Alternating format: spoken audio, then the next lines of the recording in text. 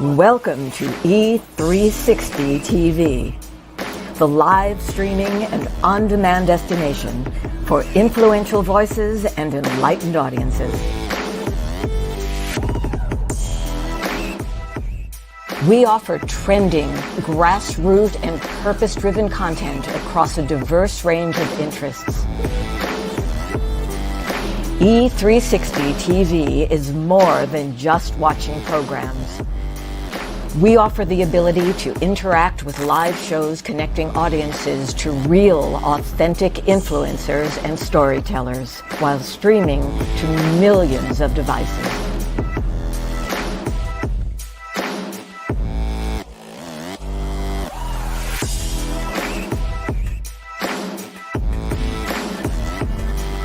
Real experiences. Raw conversation. One destination for it all. E360 TV.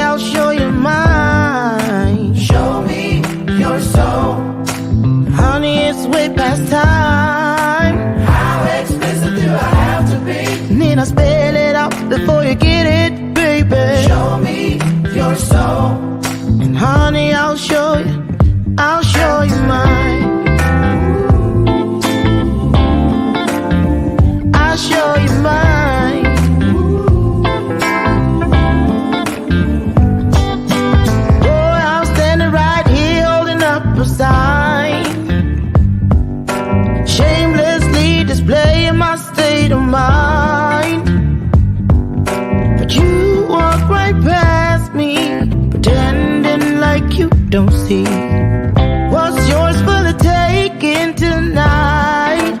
Ooh, show me your soul, baby. I'll show you mine. Show me your soul. Can't you see it's way past time? How explicit do I have to be? Need I spell it out before you get it, baby? Show me your soul, and honey, I'll show you. I'll show you.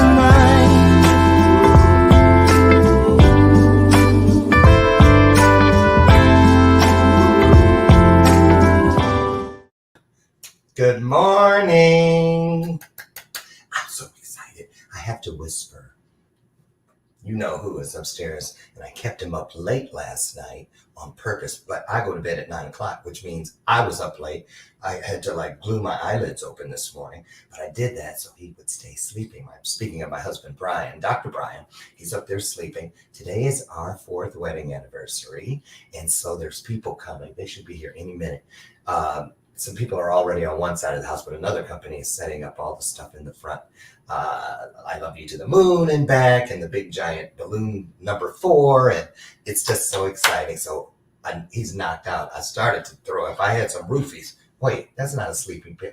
Anyway, I'm sorry. I didn't graduate from the Bill Cosby School of Seduction, so I don't know how to do that, but I'm hoping he stays asleep until everything is in place. So I'm so excited to be here. Welcome to today's installment of Bathrobe Moments.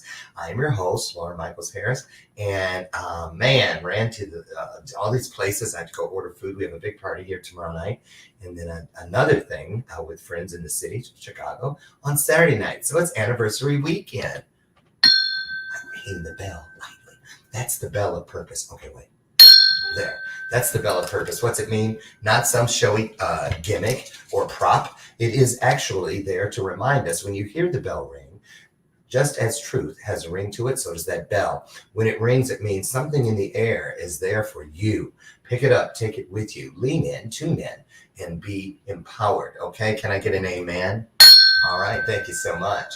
So anyway, a lot of great things on the horizon. wonderful guest today. Going to get her in here in just a minute. But I wanted to share something with you because, you know, we're heading into the holidays and a lot of people, I was on Dr. Tranquility's show yesterday, every other Wednesday, and I was talking about the holidays and how I remember when I was a lonely one, thinking that I would never find that forever person, my soulmate. And the holidays were rough on me, I'll be honest. They really were. So we talked about some alternatives, like going out to parties during Halloween where everyone's in a mask or something anyway. Guards are down. People are more forthcoming, if you will. And just get out there and be with friends. If you don't want to be around family and stuff because you're alone on the holidays, go on vacation. Hit Fiji, hit Hawaii, hit Mazatlan. Just do it, right? So anyway, here's a little something. I'm not going to show it all, but I'm going to show you a little bit of it that I put out to surprise my husband and to celebrate all of our friends who have been so supportive, and also to remind us, because it was National Coming Out Day just a couple of days ago. It's really when I posted this. But let me just show this to you. Is the sound here? There we go. Take a look. People who have helped to make it possible to feel safe and secure, and that help us feel like we belong. So it is National Coming Out Day, and in honor of that, I wanted to share a few pictures. Our wedding, our 4th wedding anniversary is this week, Thursday, as you see there. And so, you know, I have a song on my album, maybe you don't, on my album, Turn It Around. You can get it on iTunes, and I'm going to turn it around. And I wrote a song just about this, no fences, right there. A song about how important it is to just allow people to love whomever they love to love, because love is all we have. So I'm going to play that song and show you a few pictures from the greatest day of my I'm probably going to cry. My wedding day. I'm not kidding. Aww.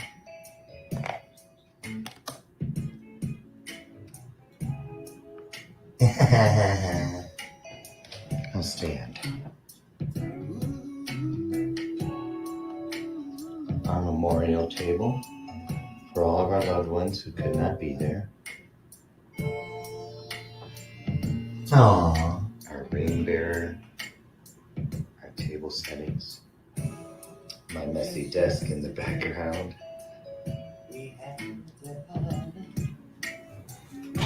Had to pretend that it wasn't inside. This love that everyone has and they take it for granted. We finally had a chance, so we better grab it. Aww.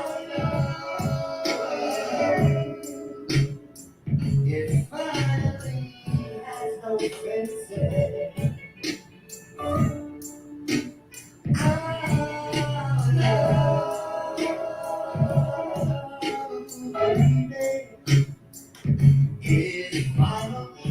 Aww. Clearly, purple is our color.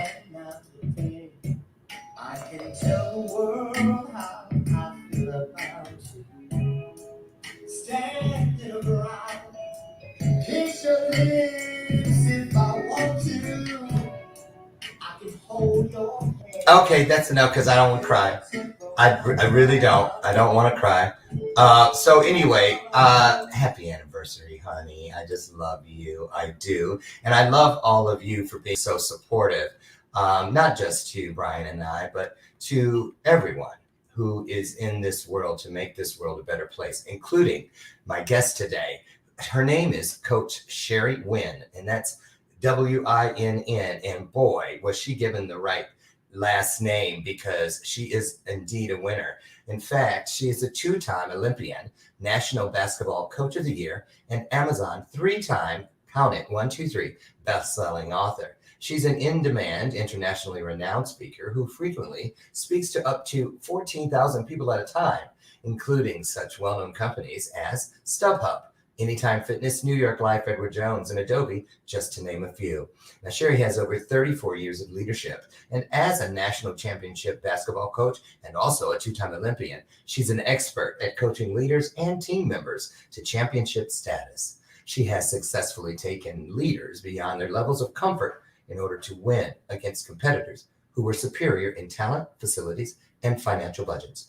Through her Winn philosophy, no pun intended there, and winner principles. Well, you're getting it all out of that name, aren't you, Sherry? She shares insider secrets on how to succeed, even when the odds seem insurmountable, so that your team feels, acts, and conquers their goals just like Olympians. She's a first timer, so you know what we do. We put our hearts on the screen, but more importantly, we put our hearts into the conversation. So get your questions and comments ready, and here she comes. Welcome to the stage, Coach Sherry Winn. Here she comes.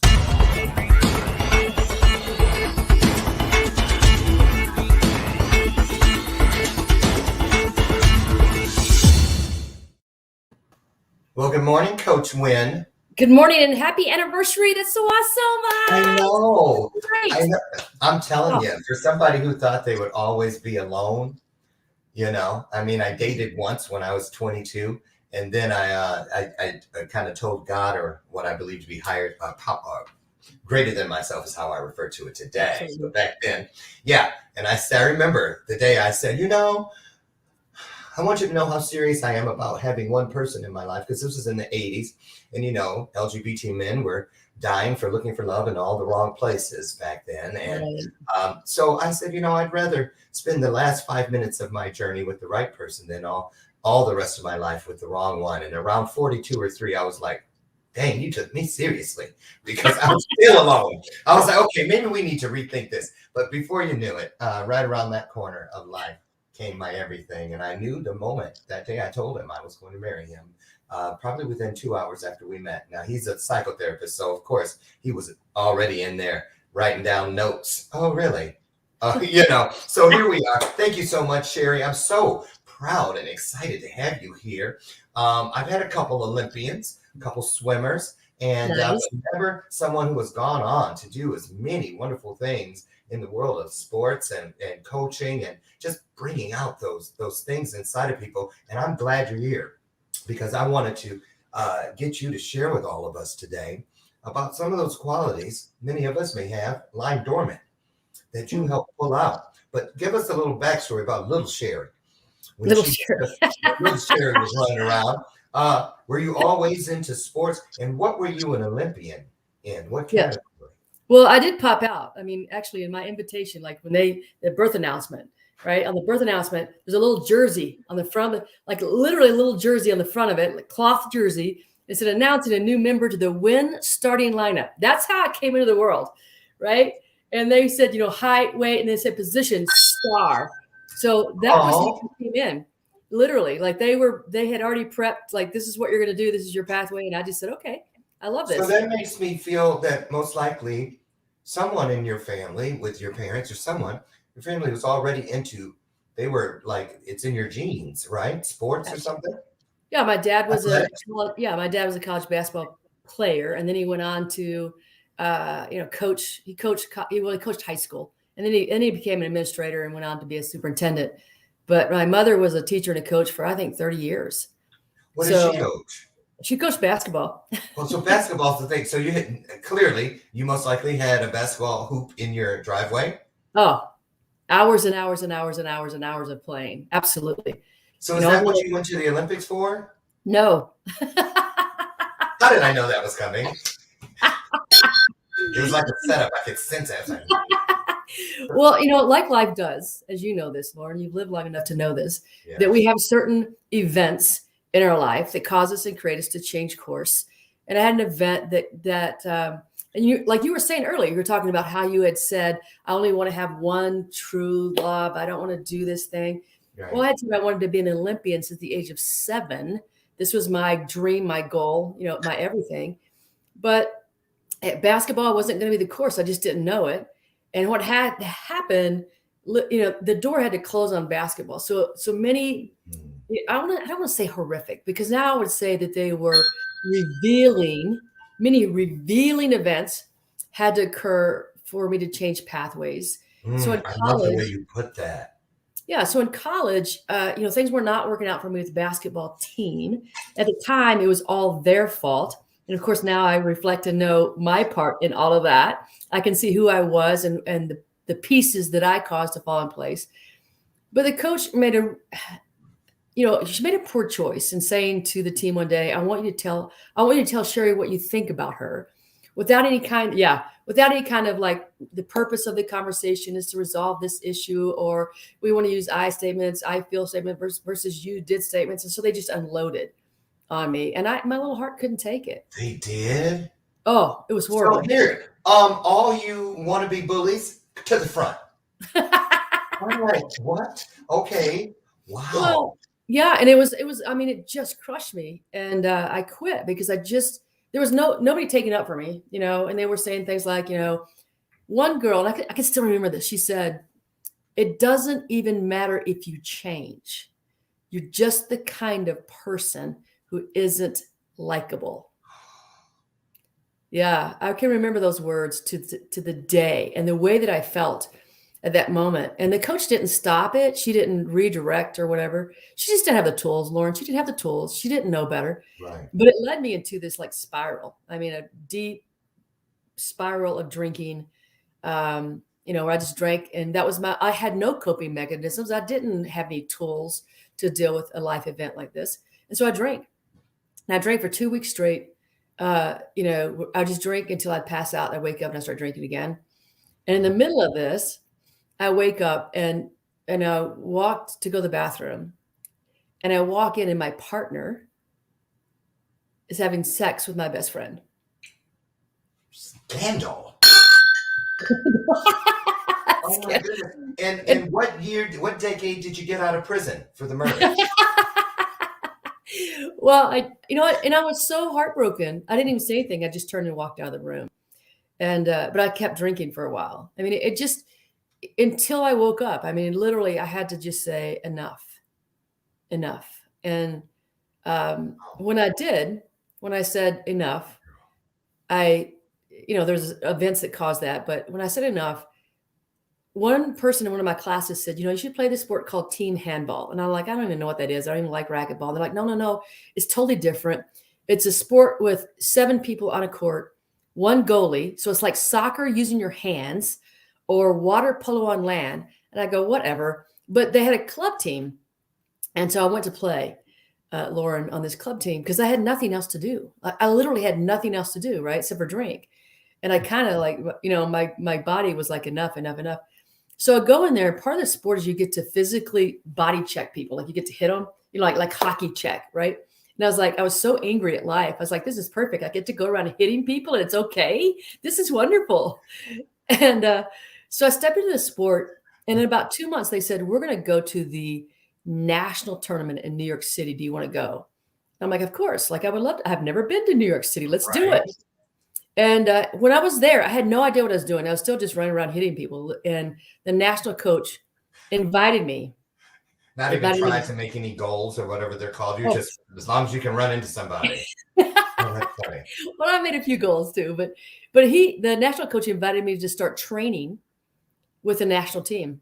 And so I left everything. I moved from Texas to New Jersey, quit college, and just started doing this like crazy dream thing. Oh, you just throw that out there like, oh, and by the way, I quit college, and you had never done this before.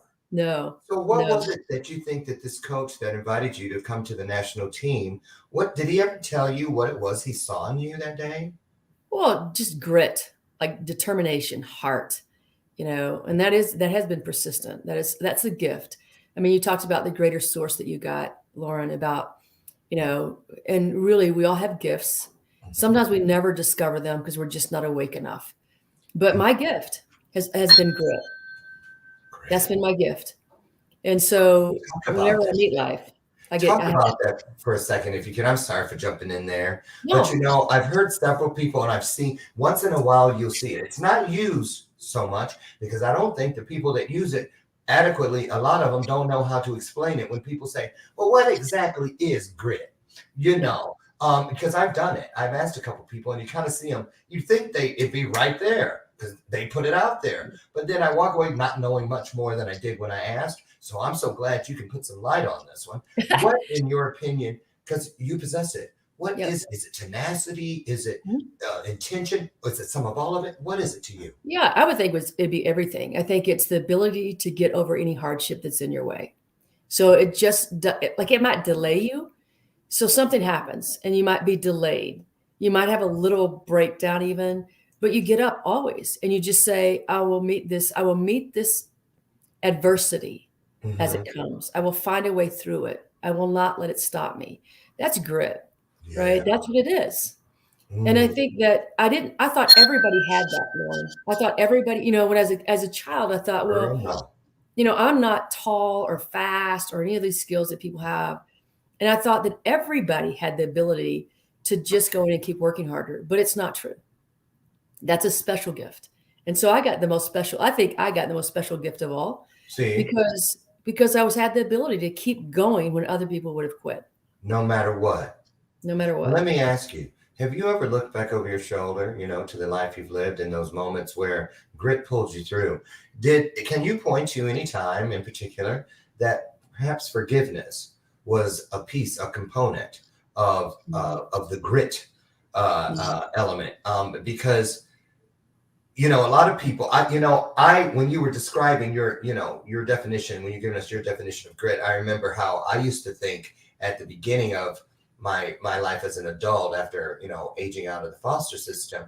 I thought grit and tenacity and all those great qualities, I had it confused because I had taken all of my pages from the playbooks of Victor Newman off of Young and the Restless or Alexis Colby Carrington off of Dynasty. So it was like I had a machete of resentment that I was just chopping through, get out of my way or get cut to shreds. Lauren Scissorhands is coming through because I felt like the world owed me.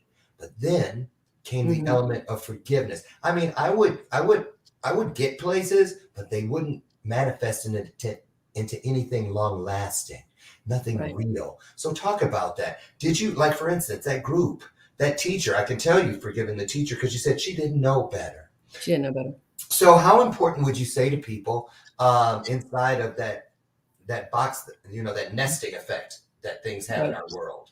There's a difference. And I think you're alluding to this, Lauren, and the difference is that, originally it was anger that I thought was the way to move through, the things that had gotten in way. But anger brings you so many other things, right? I mean, when you look at chronic anger, that's really associated with chronic pain. I mean, chronic anger will bring you so many health disorders, diseases. Yes, it will. But forgiveness and love is a whole different path. So when you learn to forgive people, you're free of all that negativity. And so when you're in the flow, there's a difference because when you're in anger, you're always fighting against things. But when you're in love, you're in the flow of things. And so you're moving with things. And I think love can only come when there's forgiveness. And that means forgiveness of others, forgiveness of your source, and forgiveness of self. There's got to be all three of those combined for you to really get forgiveness. Because, if you're still mad or angry, you haven't forgiven one of those pieces. Right. You're forgiving the other person, you'll be like, oh yeah, I think I forgave them. Do you forgive yourself? I'm like, oh yeah, I had to work really hard on forgiving myself. But one day somebody said, did you forgive God? And I'm like, well, no. Like, why? Because when you say things like, why did this happen to me? You're inferring that God did it.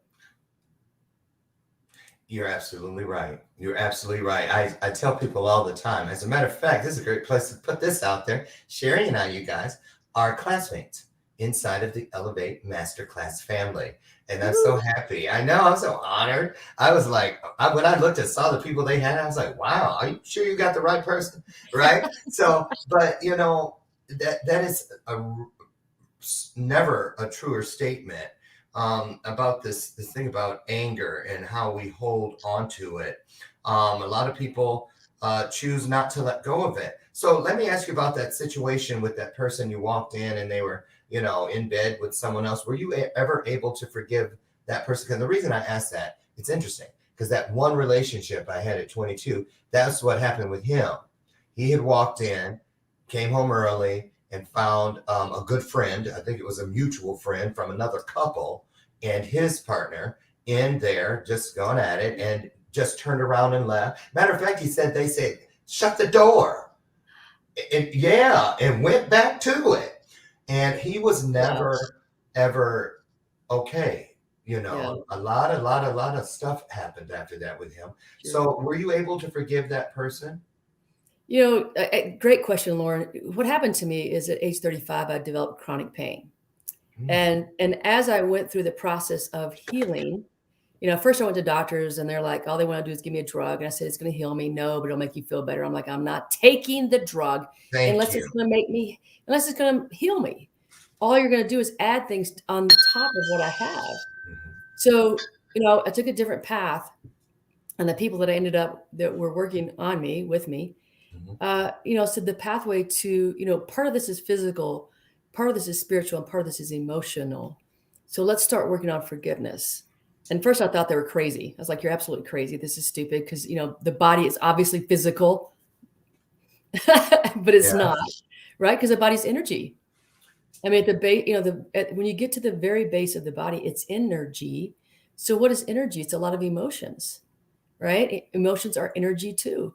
So I learned, and I started like a long list of people I needed to forgive, right? And I worked through those people and continued to work through those people and continued to work. And sometimes things will show up. I'll have a memory of something. And if I'll tap in, I'll take a second and I'll tap in to that memory, and I'll be like, wow, there's still a layer of anger, frustration, whatever it is there, grief. And I'll say, that means that forgiveness is not total. Correct. So I'll take some time, go back into it. I'll take some time to forgive and to let it go, because it's not serving me in any way, shape, or form to hold on to it. That's right. That's exactly right. Hey, Sherry, do you personally, how do you look at the difference, or is there a difference in your world between feelings versus emotions? A lot of people think those are one and the same. How about you? What do you say? Well, I think emotions are deeper. I think that they live in a depth of us. I think feelings pass quicker, in my opinion, than emotion does. We connect with emotions. We define ourselves through emotions, right? So oftentimes. So I don't know if that's a good enough answer, but that's about the one I have. Hey, your truth is always good enough. Our truths are always good enough. So let's switch gears here, if we could, and talk about, I want to know, what's it take? Now, it's so interesting that you were an Olympian for something other than basketball, but then you go and you become a basketball coach. I always thought that basketball coaches, just like not always in schools, we would hope the principals were teachers, and in a lot of cases they're not. But you know what I'm saying? I would have thought that you would have played basketball, done great in college, and then became a coach. But that's not the case. How did you find your way to basketball, not having played it collegiately? Well, I did go back. So I quit college, and then I went back to college in between. So 1984, they played in the 1984 Olympic Games. I went back to college for 2 years and played basketball. I was an All-American 2 years in a row. When I went back to college, set like 11 school records when I was in college, at my college. So I did go back and play, and then I stopped playing and went back. So I had my 2 years of eligibility and went back to team handball and played in the 1988 Olympic Games. So since there was no place for me to coach team handball, and I went back to basketball.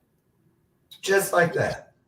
Well, yeah, I don't know if it was just like that. I had a lot to learn. Wow. So Sherry, grit, and the way okay, I'm going to lay that down and pick this up.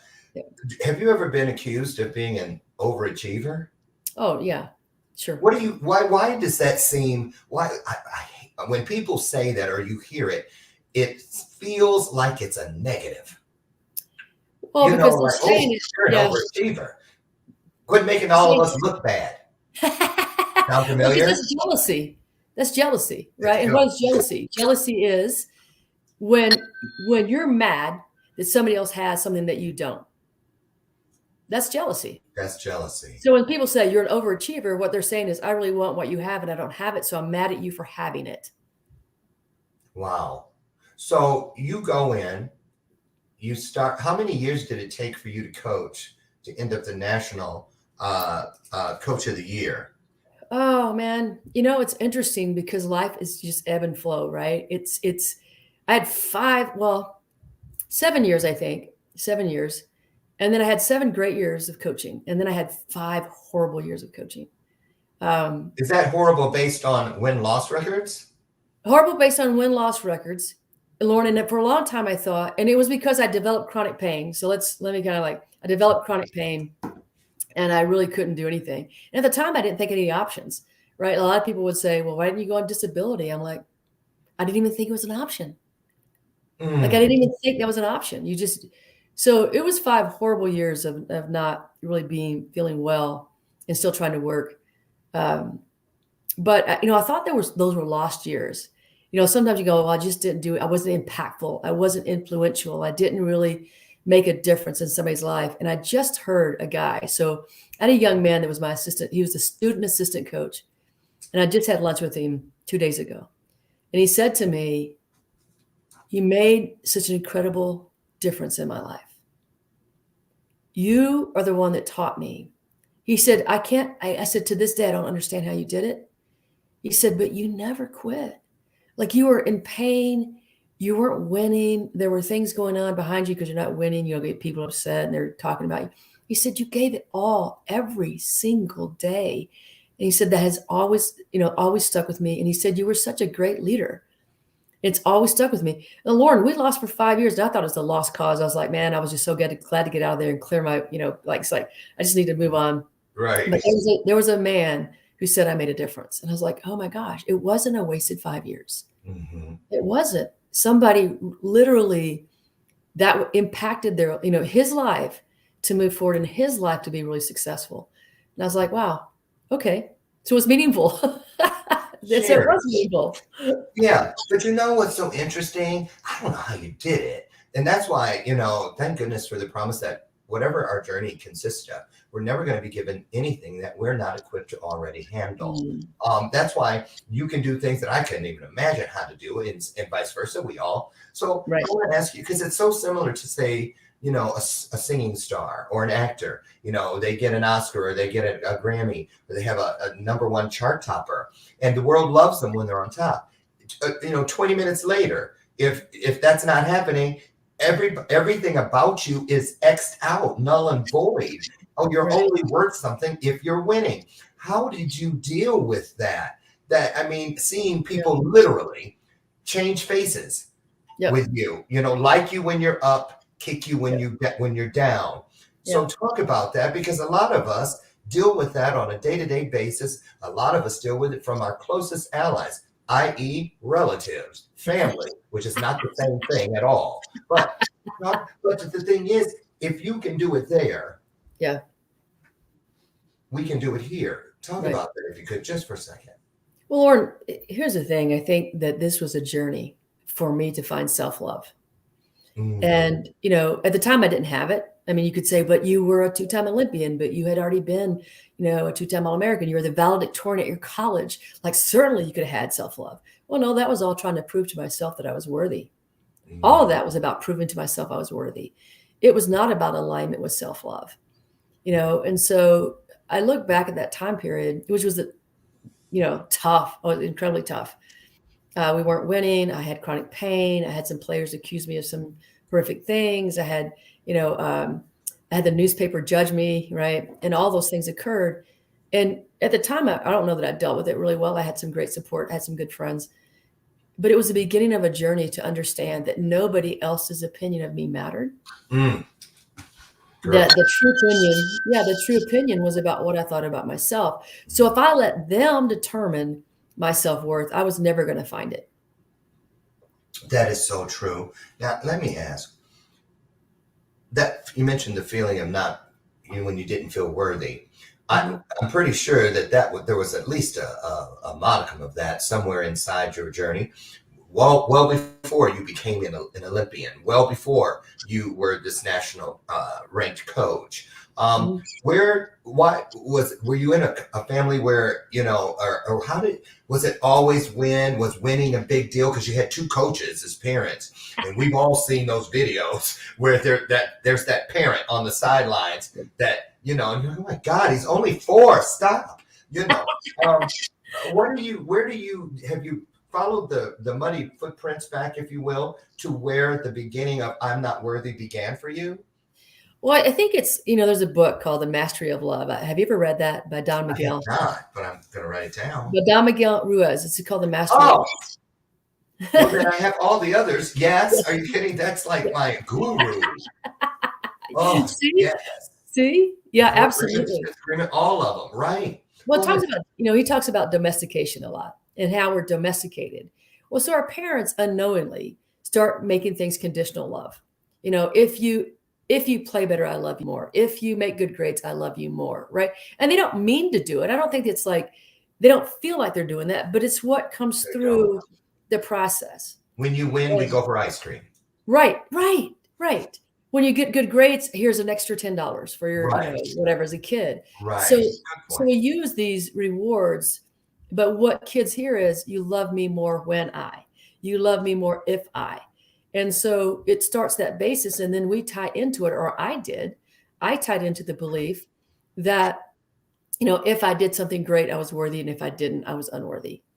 So it began that process, and it wasn't their fault. Like my parents did the best they could in the situation that they were. And certainly they weren't bad parents. They weren't great parents all the time, but they were not bad parents. Mm-hmm. But I tied into, look, people will love me more. They will think highly of me if I achieve. So, I'm going to make straight A's in the classroom. I'm going to be the best in every sport that I play. Mm-hmm. And, what I looked for then was that other people, telling me that I was good, that I was okay. And I built my life on that for a long time until I just woke up one day and said, oh my gosh, like this is not fulfilling me. This is not bringing me that thing I was looking for. Mm-hmm. I don't feel any different. I have to do another thing, like if going to an Olympics wasn't enough. I had to do a second one.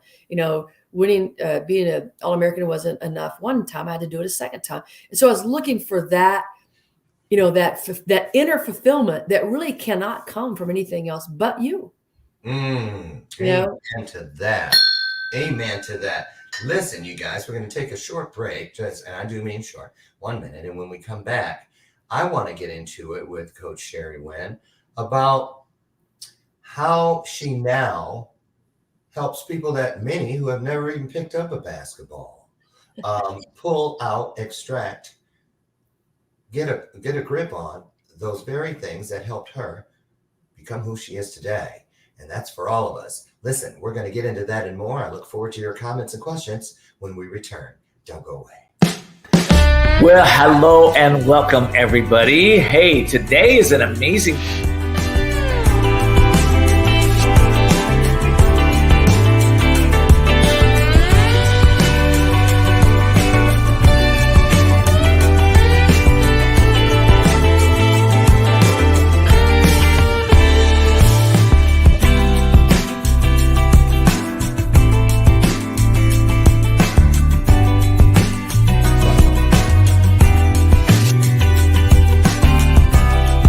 So that's important. And I love what you said. This too shall pass, people. It's not permanent. Whatever's going on.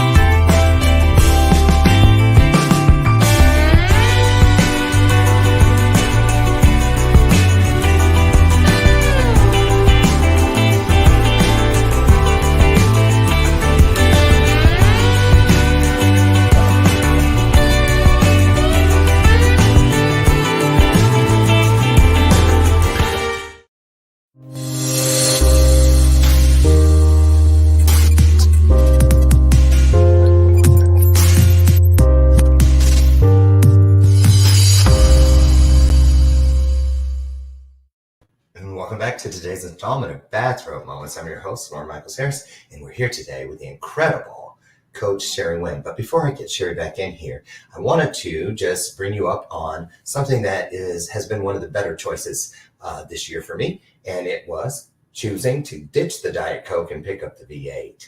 I actually wrote to this company after I fell in love with this product. Why? Because it has 100% vegetable juice from concentrate, 2 full servings of vegetables in every can, and only 60 calories. Small choices make great big shifts if you are consistent. So every day, I do that right there. I no longer say, oops, I could have had a V8. I say, I'm glad I had.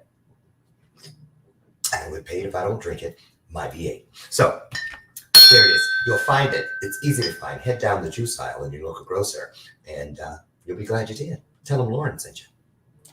Hi, Coach Sherry. Welcome back. Hey. Yes. So we're going to talk about, tell us about all these companies and why they call you in. Are these CEOs? Are these sales teams? Is this some of everybody? And what are they missing that you bring to the table? Well, thanks for asking, Lauren. It's about leadership. I really believe everything's about leadership because that's the best place that you can influence, impact others. It's a ripple effect. So when you're a great leader, right, it's not just about your company or organization. It goes down to that person who learns from you to their family and from their family into the community. That's right. It's the best place to be, influential. So many people have achieved leadership and yet still aren't good leaders. And that really comes to, it's about. So you're saying they're in the position, they're just not pulling the trigger. Right. Okay. Right. And for me, it's about, it's kind of a two-pronged approach. One is let's give you the practical steps. Let's give you all the practical things that you need. What does it look like to be an assertive communicator? Here's the practical things you can do, all that stuff. And then there's the whole other pathway, which is about self-awareness and transformation. You need to transform because if you can have all the knowledge over here, all the knowledge you need, but you need to look here, like what is it in you that's stopping you from being the person you need to be so that all the skills work for you and work for you. Self-honesty is crucial. It's looking in the mirror, who am I? Am I willing to talk about me? And seeing the things that I can improve on, looking at your limiting beliefs, looking at, honestly, and it's a long journey. It's not a short journey. I still have a coach today that we have some tough conversations. I have a spiritual coach and I have a business coach, still today. Me too.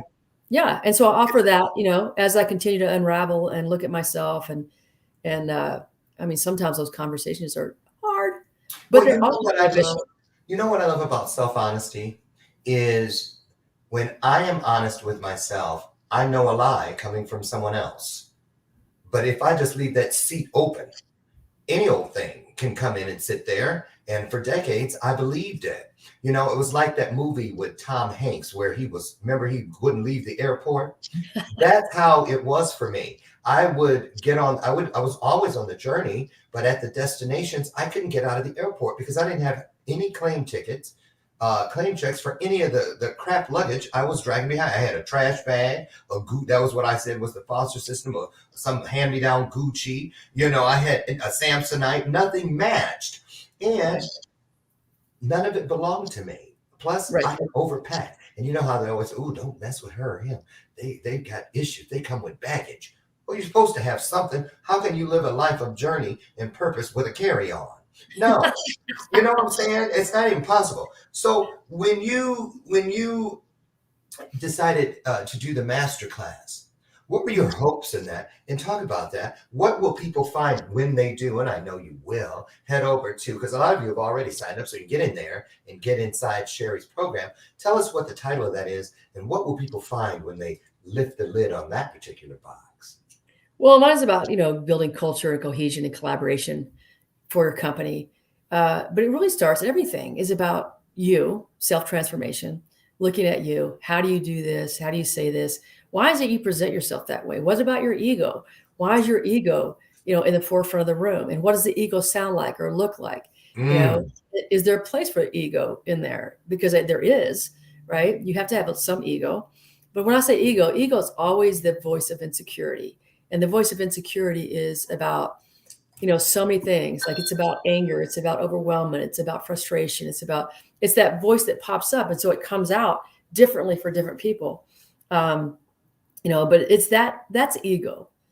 So when you're out of your ego, you're in alignment with love, which Lauren, you're in alignment Yes. with on this special day. You're in alignment with love. And when love sounds different, right? It just comes out different. And it doesn't mean that you don't have boundaries. It doesn't mean that you can't call people on their stuff, because love is about that. Love is definitely about that. It's just the way that you do it. That was a good one right there. I need to ring the bell on love sounds different. Because, a lot of us, when we're on the path and there's not a lot of street lights and it's mainly shadows and creepy things, you can hear a lot of things that don't exist, bumps in the night and all that. But love, like truth, definitely has a ring to it. So let me ask you, what's your mindset on how do you approach visualization, manifestation, the setting of intentions, that sort of thing? How important is it to you in achieving your goals? Well, I think that's critical, Lauren, for anybody. Anybody. I mean, any athlete knows this. I mean, they innately do it. When you're an athlete, you innately visualize. I think I always visualized what I wanted to have happen. Even before I knew it was something you're supposed to do. I mean, I always did that. You set the intention. When I was in high school, I would set down goals for every game. I want to average this many points a game. I want to do this many assists. I want to do this many rebounds. And I would set a goal. And I would achieve the goals because I had visualized it. I had already played the game in my head, and I walked in and did it. And so I didn't even know I was doing it. I didn't even know that was a thing, right? I was doing it, and I don't know how I did it so innately, but it was just part of who I was. So today it's more, I don't do hard goals as much as I do intentions. So for me, an intention is different. An intention is something like, I really want to be kind to every person I meet today. Yes. I want to think first about giving rather than receiving today. Those are intentions. Yes. Right. And sometimes, I also have some goals, but I really focus more on intention than I do goals.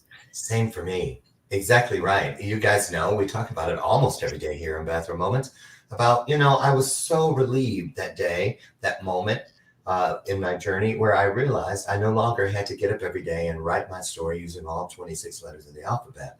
I get up every day now and I seek one E and one R, because just being here means we're great. And that can take us from great to greater, bright to brighter, strong, stronger, bold to bolder. It makes it so much more easy. And I wonder, so I believe for me, the manifestation process is reverse engineering. I used to see, just like on television, I used to picture what I look like to the audience. But then I got the download. No, Lauren, look at the faces out there. See them in your mind. What's registering on their faces? Are they? Yeah. Or are they? Because then I go backwards and go, okay, what do I need to do to put that smile on that face? And so what is your daily routine? Is there some grounding? Because I know that the athletic mindset is based in discipline, consistency. So what are some of the tips you can give us today on getting up and getting up and getting up and staying up? Right. And I think that's very important, because the first thing I do in the mornings is I go down to my basement, which is that's my sacred space. And I do my intentions for the day, first thing. And then I do the gratitude. I write down 10 things that I'm grateful for the day before, 10, so that I really have to look for them all day long. Because if you're not looking for them all day long, it's hard to think of them. So that, oh my gosh, like last night I was driving back into my place. I live in Montana. And I was like, oh, big sky country. Yeah. I'm like, oh my gosh, the mountains. Oh, look at the snow on the mountains. Can you believe like the deer? There must be 100 deer right there. Oh my gosh, that's so beautiful. So I write down, 10 things I'm grateful for. I write down one miracle. What was a miracle that showed up in my day yesterday? That I've never heard. One miracle. Yeah, one miracle. So we overlook them all the time. And we don't think of them as miracles, but it's a miracle for me. What miracle did you write down yesterday? Well, yesterday I didn't, because I had to get up at 5. Oh, okay. Oh, that's right. You have to write them down Well, before. I would say today, today Okay. my miracle is where I live. Like I'm so fortunate to live in this space. You know, I have a beautiful log home in Montana. I look out my sky and I look at my window and I see blue sky and, you know, land so far. I can see land and land and land and land. You know, I'm not in a crowded place, which I love. I love being space is big to me. So, so I write down a miracle. Then I read every day. So I read and I take notes. So when I'm reading something, I'm like, and I put it down. I'm like, oh, I need to remember. This is great. That's what I need to Take do. notes. And then after that, I do a meditation or breath work. So Wow. that's about anywhere from a 45 to an hour ritual usually that I do. And that begins my day. And then later on in the day, I go back and exercise. But that's how I begin my day. And I find it to be the things that fill me up, Lauren, so that I can give to others. If I'm not full, I can't give. That's right.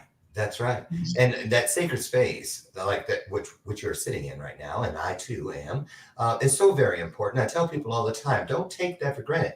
That is the inner cavity. You know, just like in here, we have all of the I-N words: instinct, integrity, insight, intellect, inspiration, and they're all internal and can only be affected through invitation. So this sacred space for me is so important. Why?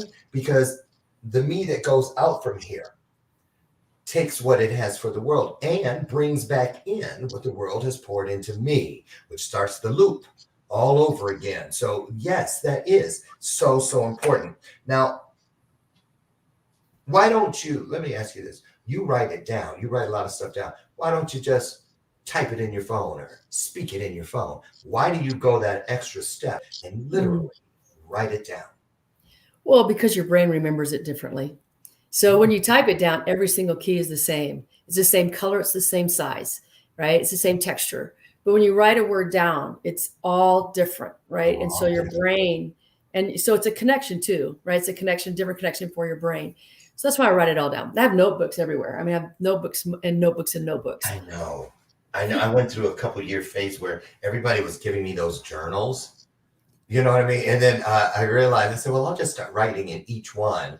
But I have a process now, which I'm implementing in the, first of the year, where I'm doing better with that. But you're right. I remember I was in a foster home. I think it was right around 7th grade. And the foster mom said to me, Lauren, make sure you write everything down. You're inspiring and you have a lot of great things that come through you. Write them down. I said, why? She goes, because, well, first and foremost, it's the very moment that you separate yourself from the rest of the dummies. And I have never forgotten that. I've never forgotten that. And that's why I have a wall of purpose, 117 Post-it notes over there right now. Why? Because I believe when we write things down, Sharon, this is in my masterclass, shameless plug. I write things down because when I write things down, I want to remember them just like this. It's a covenant. It's a contract with not just myself, with what is greater than myself. And that's how I stick to it. And that's my story, and I'm going to stick to that. So, Sherry, let's talk about what you have available. What about the person who's not a corporation, who's not a company, but says, boy, I wish I could work with her one-on-one. Is that even possible?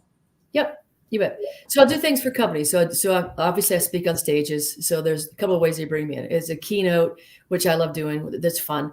But they also bring me in for trainings, for any kind of leadership training. So that goes across all kinds of different ways. Then a lot of people will want me for a one-on-one coach.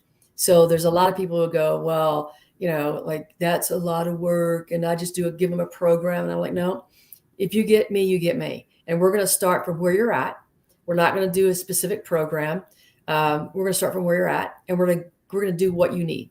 So I do that with leaders. I have, some people who are non-leaders who are currently in my program as well. And it's a one-on-one situation. Now I am building some programs for people who don't want to, invest in themselves at the same level. But I really think it.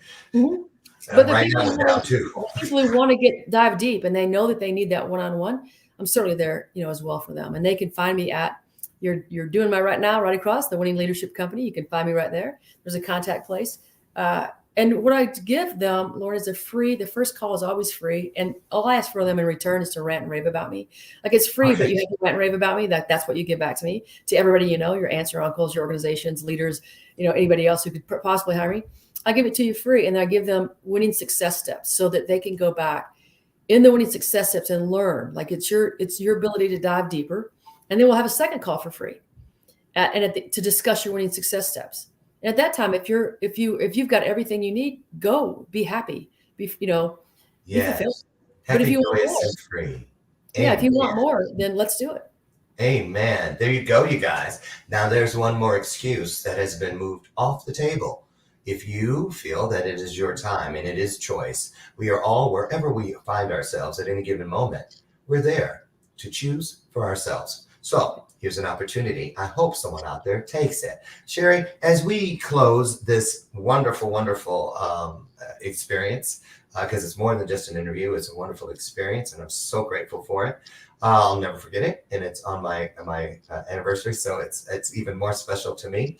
But over all the people that you've coached, all the different lives that you've touched over the years, during the wins, and even those seasons where winning was not even a word that came out of your mouth very often, can you point back to one story where someone came back to you post that time of winning, or whenever it was, and told you, laid right in front of you, I'm so grateful that I had this experience with you, because today, what comes to mind when you think about that one person that just you went?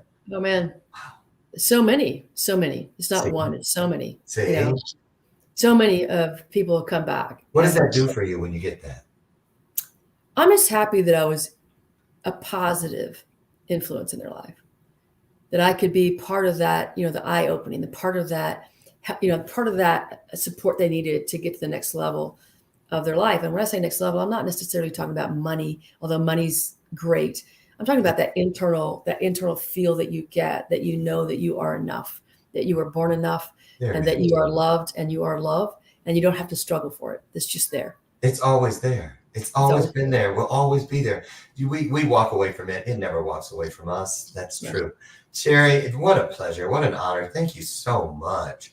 I just feel just peaceful. You have a real knack.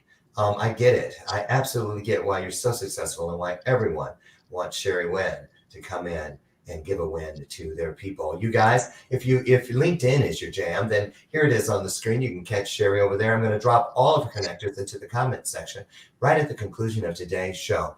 Do yourself a favor, reach in, peek in, look in, and you just might want to walk in. So, now that you know about this opportunity, do something with it. Sherry, again, what an honor. I'm so proud to be in the Elevate family right next to people just like you. It's a wonderful, wonderful blessing, and I am so grateful for you. Now, for the rest of you out there, get out today. Do what we do. You know what that is. We change each person that we encounter, each situation that we encounter, simply by making a commitment ahead of time to leave everything we touch a little better than the way we found it. This promise that we fulfill every morning here on Bathrobe Moments, where two or more of us with like-minded spirits come together and wonderful things happen, is because we do it. Not because we talk about it, but because we do it. Remember, I'm never going to watch your mouth. I'm going to always, always watch your feet. Get out there and be good to yourself and even better to others. Coach Sherry, we love you. You're welcome back anytime. You're such a blessing. Thank you again. Bye. Bye. See you guys tomorrow morning.